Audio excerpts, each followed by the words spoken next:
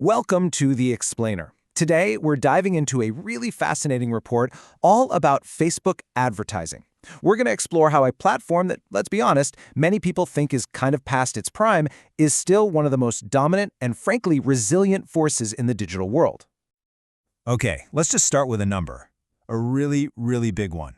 $100 billion. That is the insane amount of ad revenue Facebook is on track to hit this year.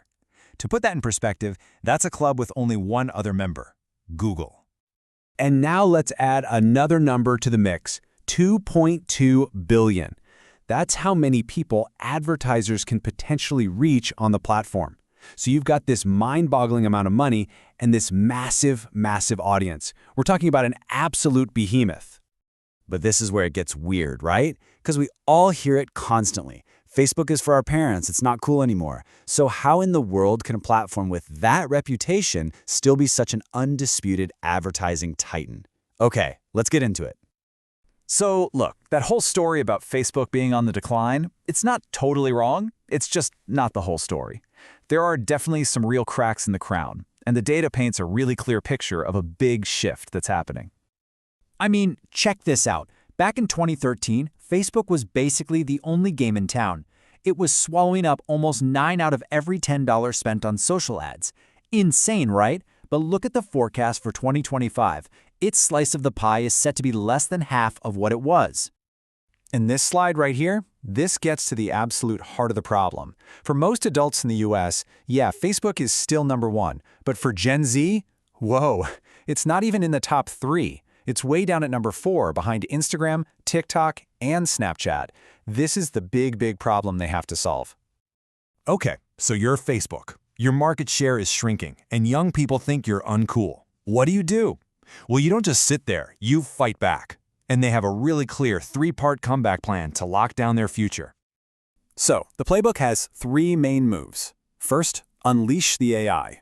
Second, totally pivot their content to win over Gen Z. And third, tap into this massive global money-making engine. Let's start with that first one, the AI. Okay, so the biggest piece of this AI strategy is a total change in how they think about advertising. Meta is basically telling advertisers, hey, stop trying to guess who your customers are. Just trust our AI. You use a tool like Advantage Plus. You tell it your goal, say you want to make sales, and the AI just goes out and finds the right people, even people you would have never thought to target. And you know what? It's working. Big time. Just look at this study on return on ad spend, or ROAS. For every dollar an advertiser puts in, Meta's AI is delivering a better return than Google and TikTok. The machines are definitely winning this one. All right, so that's the AI. Now for part 2 of the playbook, how do you solve that coolness problem? Well, you have to fundamentally change what people see when they open the app. What this means is they're deliberately backing away from all the news and political stuff. You know, the stuff that caused so much drama. Instead, they're going all in on creators, video, and community groups. Basically, everything that's blowing up on the younger platforms. They're even throwing in TikTok-style video feeds. But, and this is key, they're still trying to hang on to that core idea of connecting with your actual friends and family. So you do all this, you change the whole feed, and that brings us to the big question, right? Is any of it actually working? Are the young people who are still on Facebook even looking at the ads? And the answer is pretty surprising. It's a yes. A huge study from Kantar found that the Gen Z users who are on Facebook, they actually think the ads there are better than on other platforms.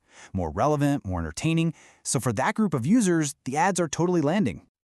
Okay, and now for the third piece of the puzzle. And this is one a lot of people miss. Facebook's secret weapon, in a way, is its global strength.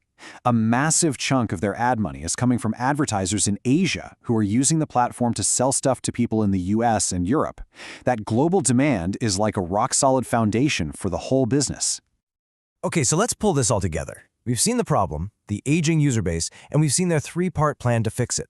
So what's the final verdict? What should you, as a brand or advertiser, actually take away from all this? The bottom line for brands is this. Facebook is becoming incredibly efficient for your entire marketing plan. At the top of the funnel, you can run these big awareness campaigns that are actually getting cheaper. You get more eyeballs for your buck. And then at the bottom of the funnel, when you want to actually make a sale, you have these ridiculously powerful AI tools that are just crushing it. So if you're an advertiser, what should you actually do? Well, the data basically gives you a recipe for success. You got to use vertical video, that 9:16 format, with sound. It just gets you more conversions for your money. You should work with creators. Partnership ads can boost conversions by a whopping 20%. And just make sure you're including Reels in your ad placements. It'll lower your costs. The playbook is literally right there. And all this leaves us with one last big question to think about. Facebook is making its feed look more like TikTok's. Every platform is using AI to figure out exactly what will keep us scrolling. So as this AI arms race for our attention just gets more and more intense, is everything just going to start to look the same? Is the future of social media just one giant, perfectly optimized video feed with a different logo slapped on top? Something to think about.